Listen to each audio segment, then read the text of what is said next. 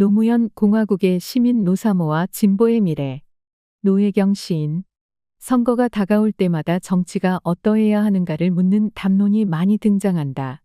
아니, 등장했는데 기이하게도 최근에는 정치 그 자체의 의미를 묻기보다 그저 이기고 지는 일, 나아가 상대편을 적으로 돌리고 혐오를 퍼뜨리는 말들이 더 많아졌다. 정치를 바라보는 시야가 전 지구적으로 협소하고 저속해지고 있다는 실감이 자꾸 들어 괴로울 지경이다. 특히 민주당을 향해서는 전에 없이 답답함을 토로하는 글들이 는다. 이럴 때 장은주의 책 공화주의자 노무현이 등장한 것이 얼마나 고마운지 모르겠다. 공화주의자 노무현은 존재하는 공화주의 이론에 비춰 노무현을 해석한 것이 아니라 노무현의 정책, 정치적 행보, 어록 등을 통해 일반적 의미의 민주주의 정치 언어를 넘어서는 그의 특별한 점을 공화주의로 자리매김한 책이다. 좀 더 중요한 점은 그래서 노무현이 공화주의자라는 것을 증명하는 데 골몰한 것이 아니라 길을 잃은 듯 보이는 민주당과 진보 정치의 혼란을 노무현의 사유를 따라가면서 극복할 방법을 제시하는 데 있다. 장은주는 노무현을 스스로 의식하지 못한 공화주의자라고 보았다. 노무현의 공화주의적 성격을 대연정 제안에서부터 찾은 장은주는 노무현 공화주의를 몇 개의 문장으로 종합하고 있다. 사람 사는 세상, 반칙과 특권 없는 사회, 깨어있는 시민의 조직된 힘, 그리고 진보의 미래가 그것이다. 이 책을 구성하는 생각은 축이 두 개다. 하나는 노무현을 통해 설명하는 공화주의이고 다른 하나는 그러한 공화주의를 실천할 공화국의 구성원들, 다른 말로 민주공화적 시민이다. 그 후자의 모범례를 나는 대한민국 정치사에서 드물게 발생했던 노사모라는 조직에서 발견한다. 이 책을 빌어 이 두 가지를 이야기해보고 싶다. 그러면 우선 이 시점에 왜 노무현인가? 이 질문은 이 책의 대전제다. 노무현은 왜 불려나오는가? 해마다 그리고 선거 때마다 불려나오지만 이 책에서 불러낸 노무현은 왜 새록새록한가? 벌써 몇 년째 우리는 87년 체제를 극복해야 한다는 말을 하고 있다. 심지어 노무현이 대통령으로 당선되는 2002년에 벌써 낡은 정치를 청산해야 한다는 말을 입에 달고 살았다. 그때의 낡은 정치가 설마 박정희 전두환에 이은 군사독재의 잔재겠는가? 심지어 김대중 정치겠는가? 2002년 대선 전후하여 가장 유명했던 정치 서적이 민주화 이후의 민주주의였다. 즉 우리는 당대의 민주주의가 무언가 잘못되거나 부족했다고 느꼈기에 새로운 것을 바랐던 셈이다. 그런데 실제로 우리가 바라야 했던 것이 새로움이 아니라 다름이었다면? 장은주의 책이 말하는 것이 바로 그 다른 정치에 대한 이야기다. 생전 처음 보는 다름이 아니라 이미 노무현이 선취했으나 우리가 몰랐던 그 다름.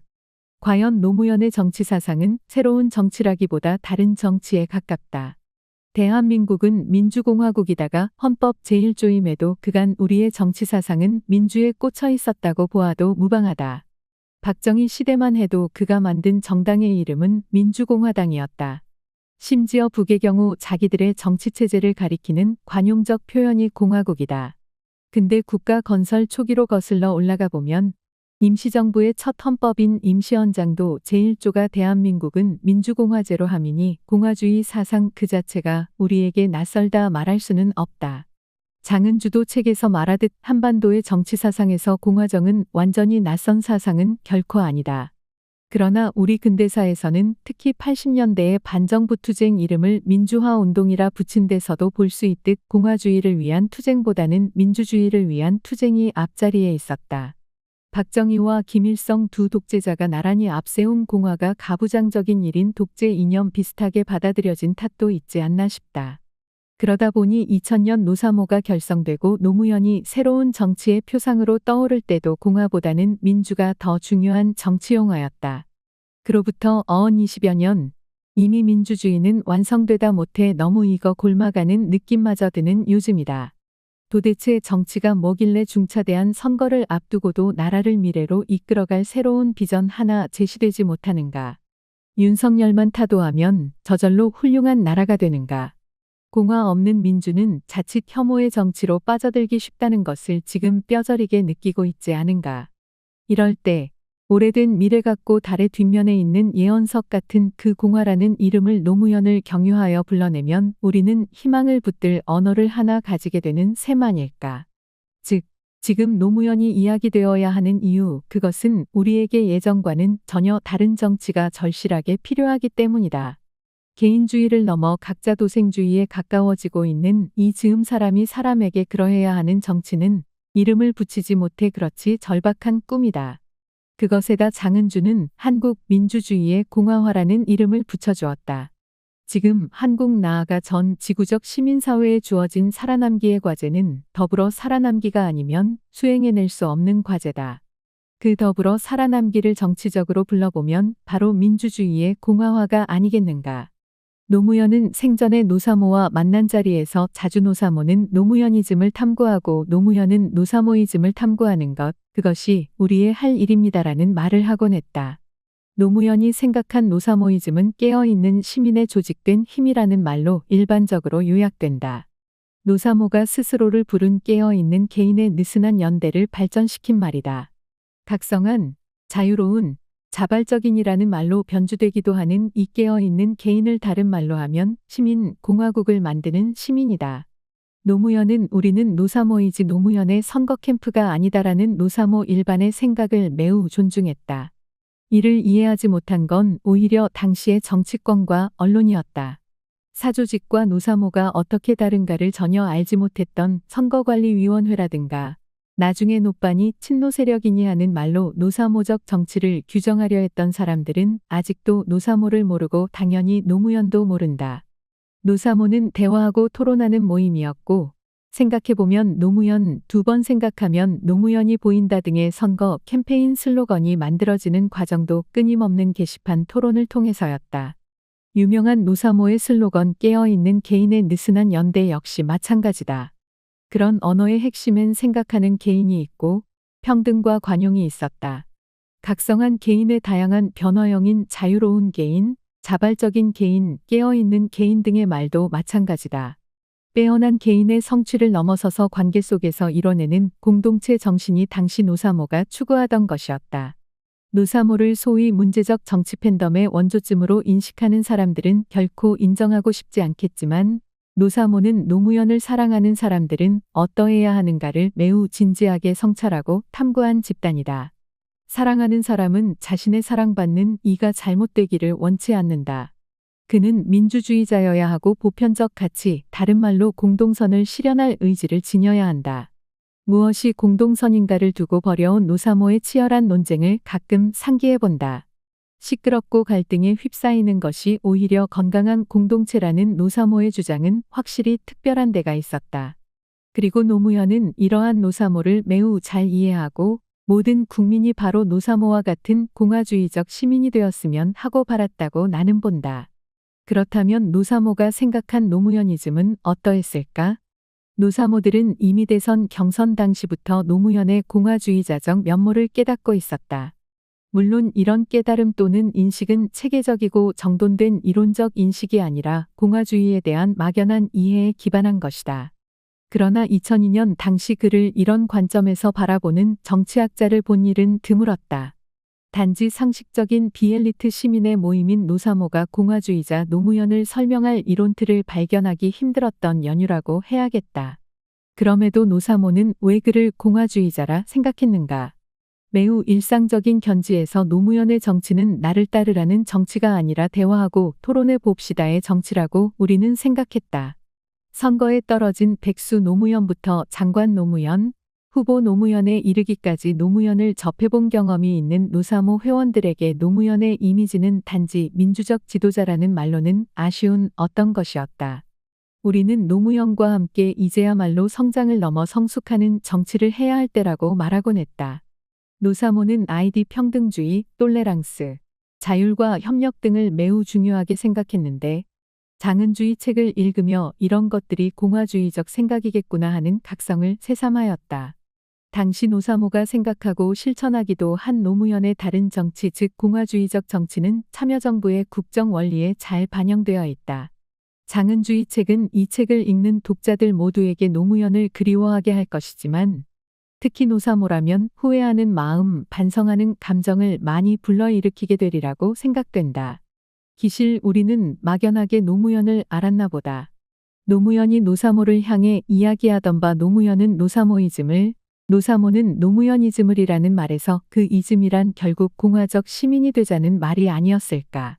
공화적 시민, 장은주의 책이 노무현을 경유해서 알려주고자 하는 바로 그것이다. 장은주의 책을 받아 읽으며 가장 감사히 생각했던 점이 바로 이 점이다. 노사모이즘과 노무현이즘, 이 두 구심의 이즘이 겹치는 자리에 있는 사상을 장은주를 따라 민주적 공화주의, 시민적 진보라고 불러도 될 것 같다. 더 플랜이라는 책이 있다. 미국의 새로운 비전과 민주당의 도전이라는 부제가 달린 이 책은 아들 부시의 공화당 정권으로부터 민주당이 정권을 재탈환하기 위해 요구되는 것이 무엇인가를 제시한 책이다. 이 책은 단순히 민주당의 승리 전략을 다룬 것이 아니라 미국이라는 나라가 미래로 나아가기 위해 정치가 해야 할 일을 아젠다화하고 정책 아이디어를 제시한 책이다. 달리 말해 민주당은 양당 중 하나의 정당이 아닌 위대한 미국을 부흥하는 정당이 되어야 한다는 주장을 담고 있다. 나는 장은주의 공화주의자 노무현을 읽으며 자주 더 플랜을 떠올렸다. 더 플랜과 공화주의자 노무현이 유사한 구성을 지녔다거나 주제가 닮았다거나 해서가 아니라 집권 전략을 넘어서는 국가의 재구성을 꿈꾼다는 점에서다. 과연 이 책에는 한국의 민주당은 단순한 양당제 정치의 한 축이 아니라 새로운 정치를 통해 시민적 진보를 담당해야 하는 정당이라는 강력한 주장이 담겨 있다. 그 주장을 노무현이 왜 어떻게 공화주의자인가 하는 설명과 해석을 통해 펼치고 있는 것이다. 한국의 민주당은 바로 그런 더 플랜 전략 같은 것을 수립하고 당원들을 꾸준히 교육하여 진보의 중추적 시민으로 길러내야만 하는 정당이다.